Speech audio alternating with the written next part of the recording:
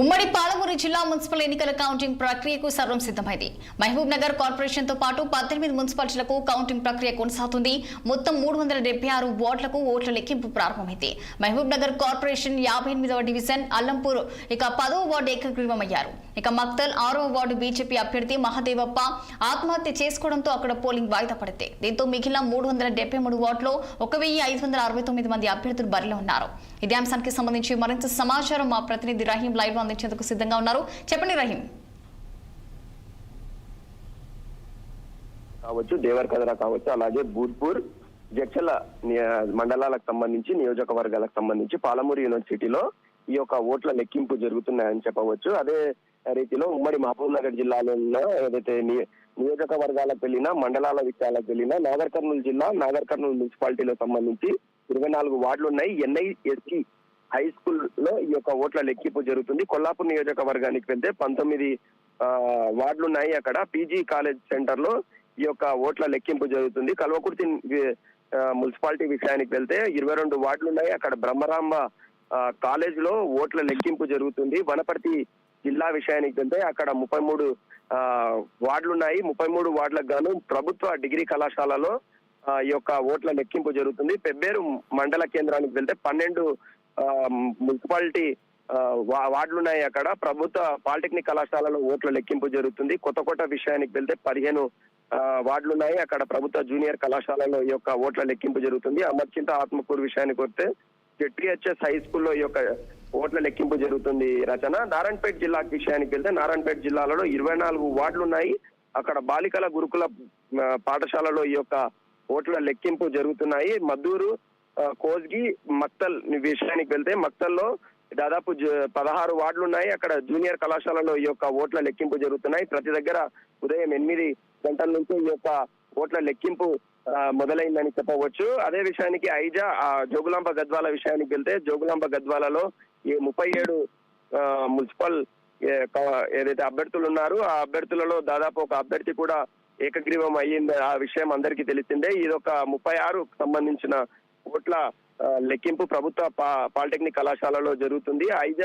అల్లంపూర్ విషయానికి వస్తే 20 వార్డులు ఉన్నాయి. అలాగే అల్లంపూర్ విషయానికి వెళ్తే 10 వార్డులు ఉన్నాయి.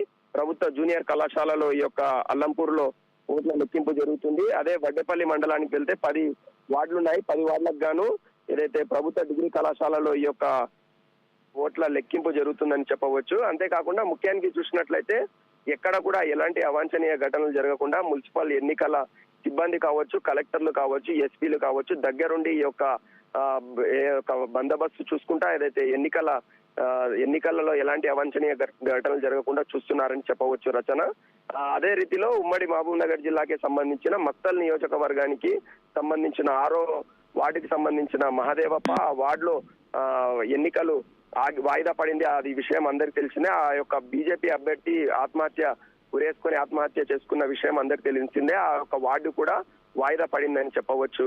రచన రహీం, మరి ప్రస్తుతం చూసుకుంటే మాత్రం సర్పంచ్ ఎన్నికలు చూసుకుంటే మాత్రం కాంగ్రెస్ హవా నడిచింది. మరి ఇప్పుడు బీఆర్ఎస్ హవా నడిచే అవకాశం మనకు కనిపిస్తుందా? అయితే ముఖ్యంగా చూసినట్లయితే కాంగ్రెస్ మున్సిపాలిటీ ఎన్నికలకు తెలంగాణ రాష్ట్రంలో అధికారంలో ఏ పార్టీ ఉన్నా అదైతే వార్డులు కావచ్చు, డ్రైనేజ్ కావచ్చు, స్ట్రీట్ లైట్స్ కావచ్చు, ఎలాంటి అభివృద్ధి జరగాలన్నా కూడా కొంతమంది ఆలోచించే దాంట్లో పడతారని చెప్పవచ్చు. ఎందుకంటే కాలనీలు మున్సిపాలిటీకి సంబంధించిన ముఖ్యంగా కాలనీలు కావచ్చు, ప్రతి ఒక్కటి అభివృద్ధి జరగాలంటే కొంతమంది కాంగ్రెస్ కి పట్టం కడతారని చెప్పవచ్చు. అదే రీతిలో బీఆర్ఎస్ ప్రతిపక్షంలో ఉంది, బీజేపీ కూడా ఏదైతే కేంద్రంలో ఉంది కానీ రాష్ట్రంలో లేదు. కాబట్టి రాష్ట్రంలో ఉన్న కాంగ్రెస్ పార్టీకే పట్టం కడతారని చెప్పుకోవచ్చు. రచన రహీం, మరి బీజేపీకి సంబంధించి మాట్లాడుకున్నట్లయితే మరి ప్రచారం అయితే క్షేత్రస్థాయిలో కూడా నిర్వహించడం జరిగింది. మరి నితిన్ నబీల్ కూడా ప్రచారంలో పాల్గొన్నారు. మరి బీజేపీకి హవా నడిచే అవకాశం ఉందా? ఉమ్మడి మహబూబ్ నగర్ జిల్లాకి సంబంధించి మహబూబ్ నగర్ ఎంపీ DK అరుణ జాతీయ ఉపాధ్యక్షురాలుగా కూడా DK అరుణ గారు ఉన్నారు. DK అరుణ ఉంది. అయితే ముఖ్యంగా చూసినట్లయితే మహబూబ్ నగర్ జిల్లా కేంద్రానికి మొదటిసారిగా జాతీయ అధ్యక్షుడు రావడం జరిగింది. అంటే తెలంగాణ రాష్ట్రానికే మొదటిసారిగా రావడం జరిగింది. అందులో మహబూబ్ నగర్ కి మొదటిసారిగా రావడం జరిగింది. మున్సిపల్ ఎన్నికల్లో ప్రచారంలో క్షేత్రస్థాయిలో బీజేపీ పార్టీకి ముందుకు తీసుకువెళ్ళడానికి ఈ యొక్క మీటింగ్ కూడా ఏర్పాటు చేశారు. భారీ బహిరంగ సభ ఏర్పాటు చేశారు. వేచి చూడాల్సిందే. మరి 1 గంట వరకు ఈ యొక్క రిజల్ట్ రాబోతుంది. ఎలా ఉండబోతుందో వేచి చూడాల్సిందే రచన. చూసుకుంటే మరి ఇప్పటి వరకు 10 వార్డులలో కూడా కాంగ్రెస్ లీడ్ లో ఉన్నట్టు కూడా తెలుస్తుంది. మరి బీఆర్ఎస్ లీడ్ లోకి వచ్చే అవకాశాలను కనిపిస్తున్నాయా?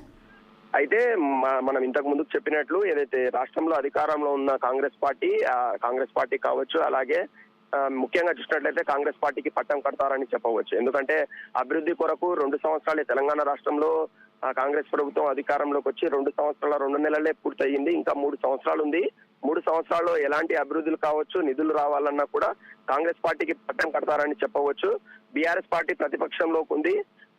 కొంచెం ఆలోచించే విషయం అని చెప్పవచ్చు ఆ రచన. మరి మున్సిపల్ ఎన్నికల కౌంటింగ్ ప్రక్రియ దగ్గర అయితే మరి ఎలాంటి బందోబస్తు ఏర్పాటు చేశారు, ఎలాంటి ఘటనలు జరగకుండా? ఒక మున్సిపాలిటీ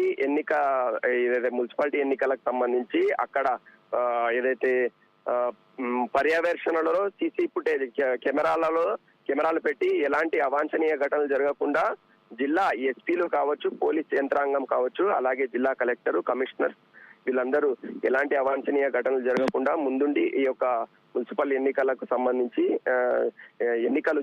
కౌంటింగ్ జరుగుతుందని చెప్పవచ్చు రచన.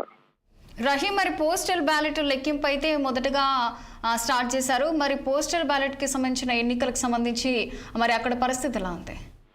పోస్టల్ బ్యాలెట్ కి సంబంధించి ఉమ్మడి మహబూబ్ నగర్ జిల్లాలో ఏదైతే కాంగ్రెస్ ముందంజల్లో ఉందని చెప్పవచ్చు, అదే రీతిలో జోగులాంబ గద్వాల జిల్లాలలో ఒక వార్డు కూడా బీజేపీ అభ్యర్థి పోస్టల్ బ్యాలెట్ లో ముందంజల్లో ఉన్నాడని చెప్పవచ్చు రచన. 17వ వార్డుకు సంబంధించి జోగులాంబ గద్వాల జిల్లా 17వ వార్డుకు సంబంధించి పోస్టల్ బ్యాలెట్ బీజేపీ అభ్యర్థి ముందంజల్లో ఉన్నాడని చెప్పవచ్చు రచన. Thank you Rahim.